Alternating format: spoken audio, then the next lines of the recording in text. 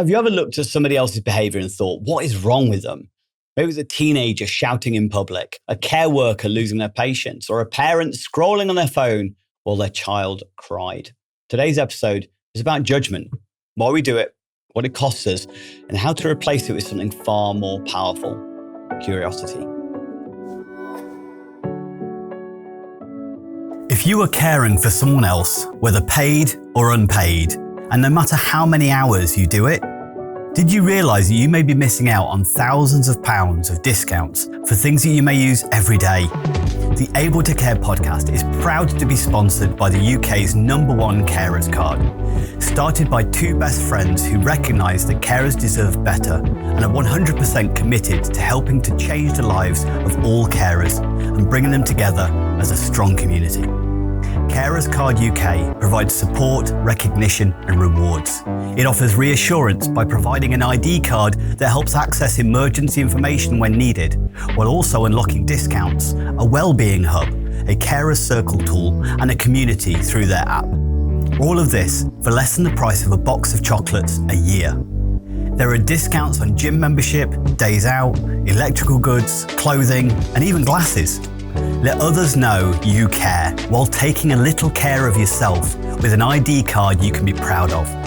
Visit carerscarduk.co.uk/promo code/able to care today to order yours.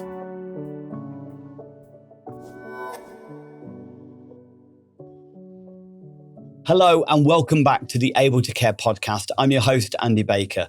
This episode might, I'm afraid, be uncomfortable, and that's okay, because it's one of the most important conversations we can have. So let's start with the truth. We all judge. We all have prejudices. We all make stereotypes. It's wired into us. In fact, social psychology tells us that the human brain forms impressions of others within milliseconds.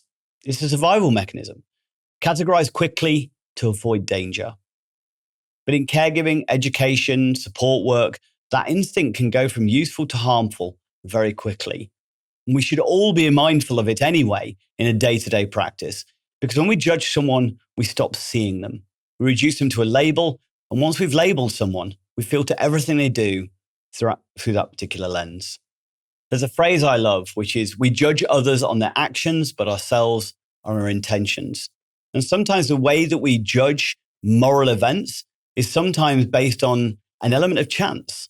You know, two people who, let's say two drivers, both speed, okay, both going over the speed limit. Unfortunately, one of them a child runs out and the child ends up being killed. Whereas the other happens to miss and no people run out in front. Now, how many of us have potentially then gone faster than the speed limit? But it's been okay because we only did it for this reason, that reason, the other reason. We didn't do it for any malice reason, but straight away, the person who ended up through chance, end up hitting somebody, straight away, do we attribute them to being a bad person for that action, for that outcome? And it was always a case of circumstances made it different. And a chance or luck changed the outcomes of those two situations. I remember one time when I saw a parent, coming in with their teenage child. The teenage child had their hood up, seemed thoroughly disengaged, disinterested, sat down, didn't seem to be speaking, kind of got straight on the phone and things like that. Now, my instinct was not one of perceiving positive parenting. It seemed like a disconnection between the two of them. And I am guilty in that moment of also doing the same stereotype thing of look at that typical teenager.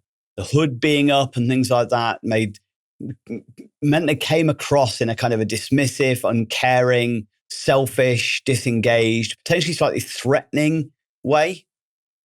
It wasn't until I overheard the mum actually saying, "Thanks for trying. I know how hard this is for you. I'm really proud of you." That changed my entire concept of what was going on. And it was a great reminder to be a better detective than judge.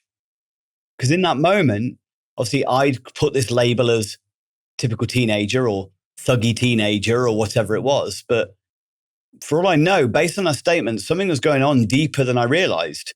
Maybe that teenager suffered severe social anxiety, but had managed to come out with mum on this day. but was using the hood being up as a defense mechanism to stop any glaring eyes or make them feel a bit safer by being tucked away. Maybe they're going through a really tough time with their mental health, or, struggling with some bad things that had happened, and they were really struggling to come out at all, but they wanted to just come and support their mum for whatever reasons. I don't know any of that. I don't know what was and what wasn't true in this circumstance. But what I do know is that mum's very statement indicated that perhaps my preconceived prejudicial idea was not correct.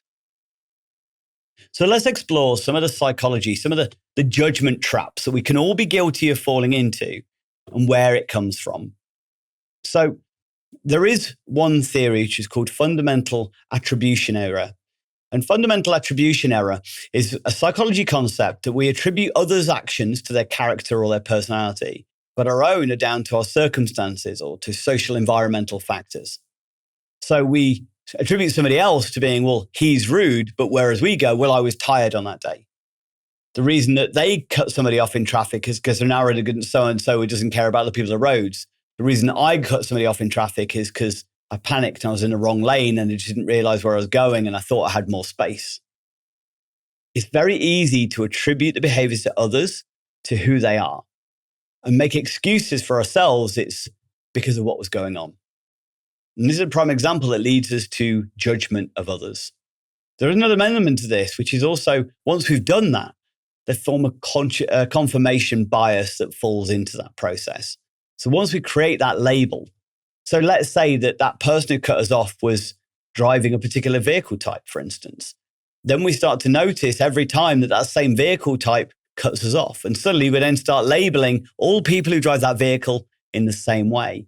And all evidence suggests, look, they're all like that because we don't notice the other car. If I take, for an example, just to make it easier, we'll use Audi. But please, any Audi listeners out there, there are good and bad Audi drivers, but it is just one of the common ones that gets referred to.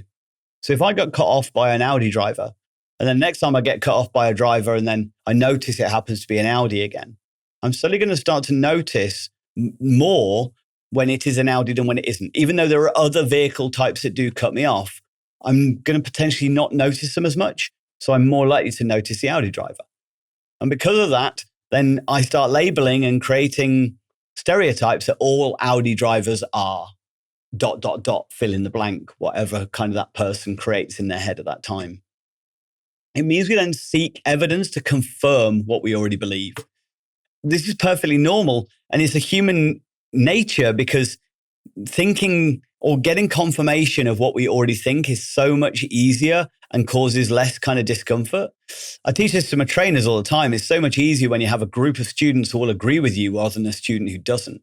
It's just more comfortable to have everybody agree with you. It's more comfortable to have the Facebook feeds and the algorithms on your social media channels that support what you already think. It's so much easier to watch the TV programs that agree with your ideas rather than any that don't and go against what you believe. But that's what we should do. Watch the stuff we don't agree with to open our eyes up to objectives, objections and opposite ideas. But once we label someone as lazy, aggressive, and difficult, we're just going to find evidence to confirm that's what they are. There's another form of cognitive bias as well, other than confirmation bias. There's things like halo and horn effect, for instance. And these are prime examples of that millisecond judgment, that people who are perceived as societally better looking are also perceived or assumed to be more intelligent and more honest. Whereas people who have some form of facial disfigurement are more likely to experience negative judgments, that they're less intelligent or less honest. These are obviously wildly inaccurate. They are purely stereotypes and forms of bias. There is also a risk as well of dehumanization. In high stress situations and environments, especially in institutional environments or education, people become cases, risks or referrals, not individuals with stories. And I've so often found it that sometimes you'll turn up on shift and maybe there is an individual who experiences more challenges, more emotionally dysregulated, whatever it is. And sometimes the staff will kind of go, good luck, when they find out you're working with them. That label, that negativity is following them around like a bad smell without any of the, a bit like confirmation bias, any of the alternative being recognized and mentioned. So let's say we had a few situations. Let's say we've got a situation where the child repeatedly swears and staff in an environment label him as naughty. What's behind that behavior? A home life filled with chaos and unmet emotional needs, knowing how to cope with their own emotions. So either just suppressing them or only knowing anger as a way to cope and manage those emotions. Just coming from an environment where swearing is just a normal part of day-to-day language and they've never been told that they shouldn't, but now you're telling them they shouldn't and they don't really understand why. There's lots of reasons why that child might be swearing. It may not be the fault of the child. Let's say we had a young person with anxiety who avoids eye contact and refuses to speak, but teachers may perceive them as defiant. In reality, they're terrified about saying the wrong thing.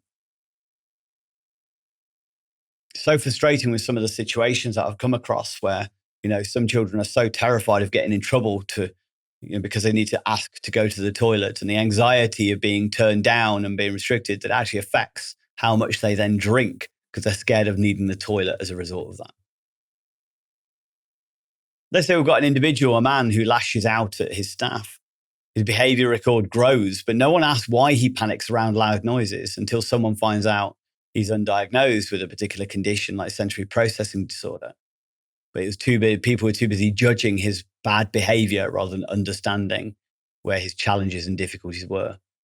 And I remember dealing with numerous situations so many times where staff have wanted some kind of consequence for somebody who's lashed out rather than really exploring what was wrong for him. Let's say we've got somebody who's refusing to eat. And the staff of the environment assume that they're just being difficult and that they're just being picky. But it's grief.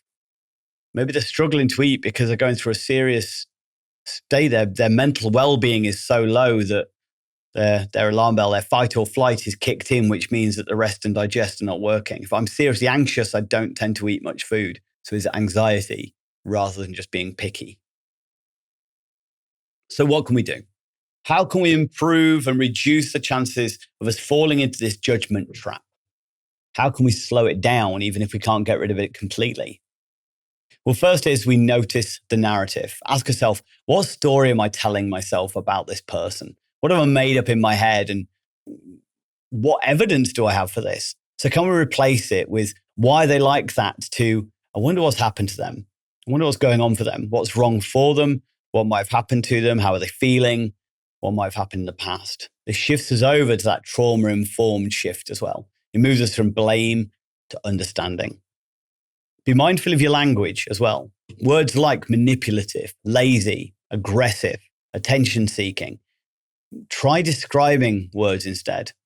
He often shouts when new people arrive. He seems to struggle when this is something he's finding difficult. Changing our narrative and communication can make a massive difference in how we perceive the information. But also don't forget to think about the positive attributions of somebody, not just those negative. Build curiosity into your everyday practice is so important. Always assume that every behavior that a person displays, there must be a benefit to it. That person who's rude and doesn't say thank you, maybe the benefit is staying silent feels safer than speaking up today. So, who have you written off in your mind lately? Who have you labeled as somebody that you don't connect with or that you don't like something they do? And what would change if you got really curious about their story? Thanks for tuning in to the Able to Care podcast. Let's not aim to be perfect, but to be open. When we replace judgment with curiosity, we don't just change how we see others, we change actually how we see ourselves. Please like, comment, and share. See you next time.